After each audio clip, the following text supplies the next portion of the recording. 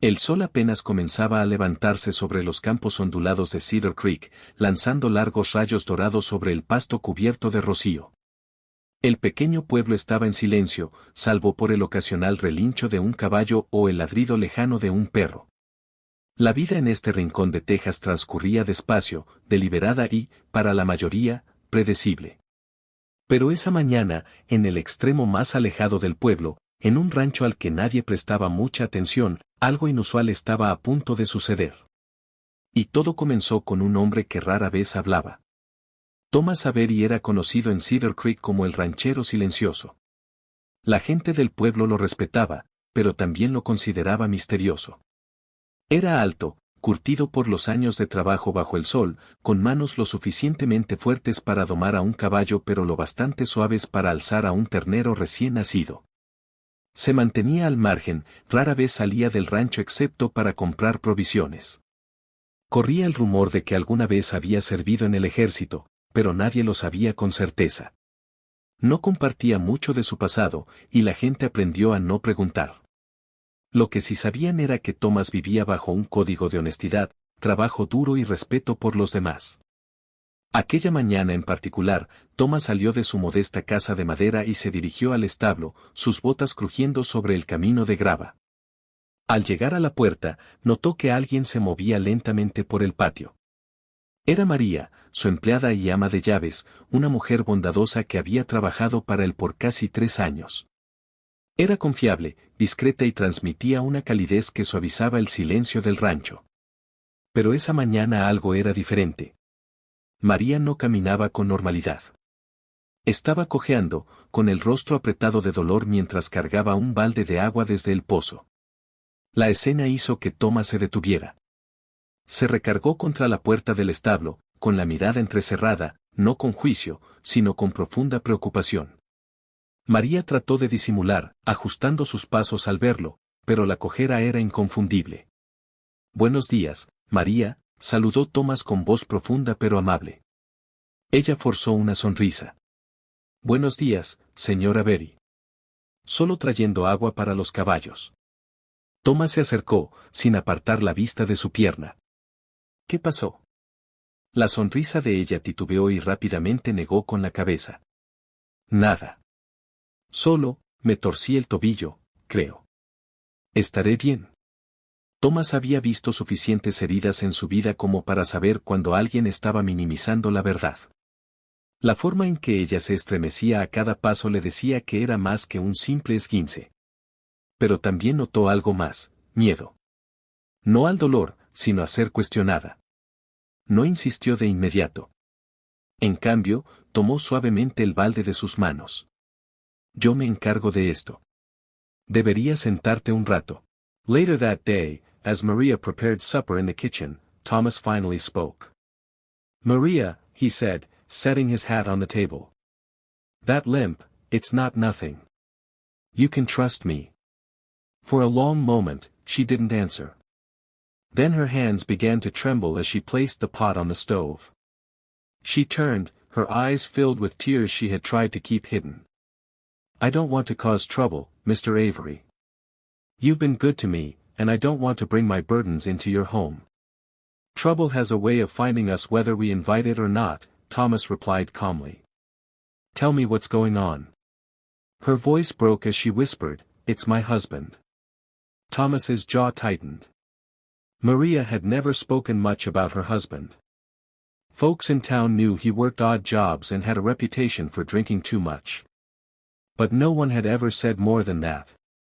Now, as Maria lifted the hem of her dress slightly to reveal a dark bruise along her shin, the truth became painfully clear. «He gets angry», she continued, her words heavy with shame. «And when he does, I pay the price». Thomas felt a surge of anger course through him, but he kept his voice steady. «How long has this been happening?» Maria lowered her head. «Years. But I've endured it because I had nowhere else to go. And because people like me, we don't get much help». Her words cut deep into Thomas's heart. He had always lived by the belief that no one deserved cruelty, no matter their circumstances. He stepped closer, his tone firm but compassionate.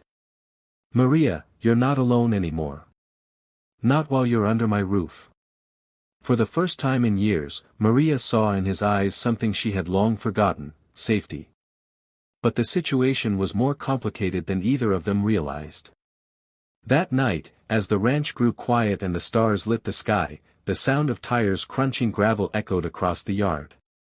A truck pulled up, headlights glaring through the windows. Maria froze, fear gripping her chest. "It's him," she whispered. Thomas stood, his tall frame casting a long shadow against the wall. He didn't reach for a weapon, though his instincts told him to.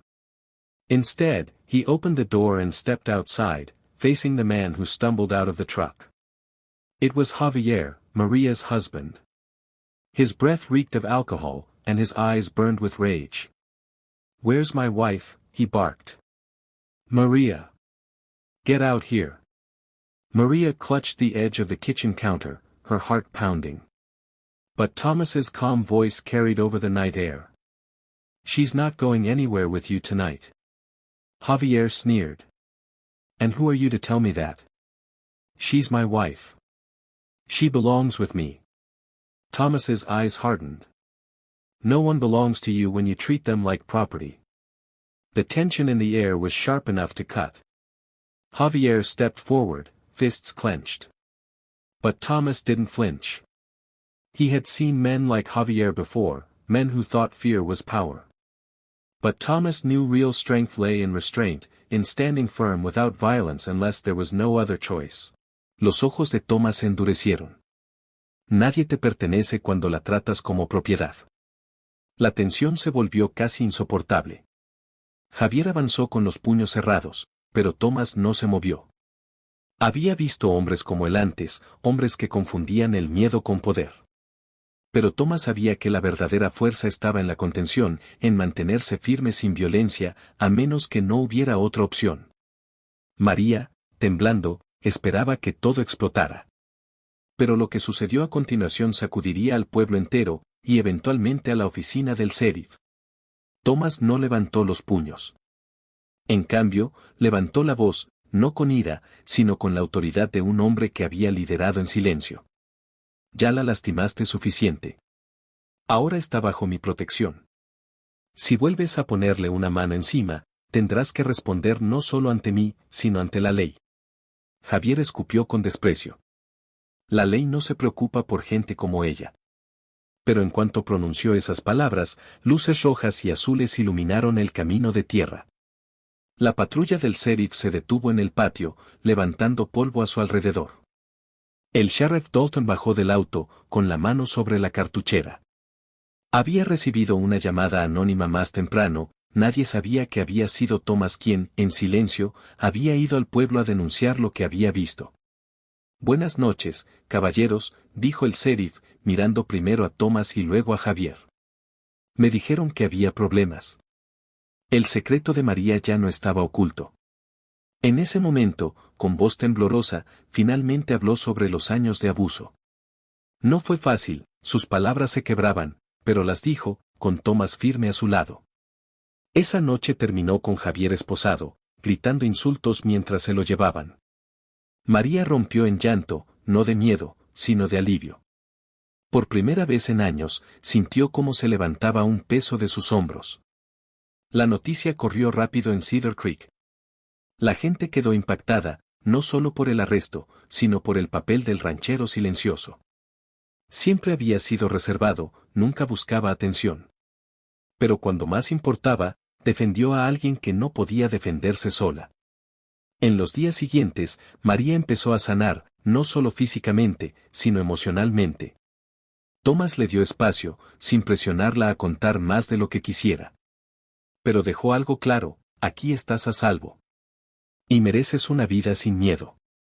Su cojera desapareció poco a poco a medida que los moretones sanaban, pero la bondad que recibió esa noche dejó una huella permanente en su corazón.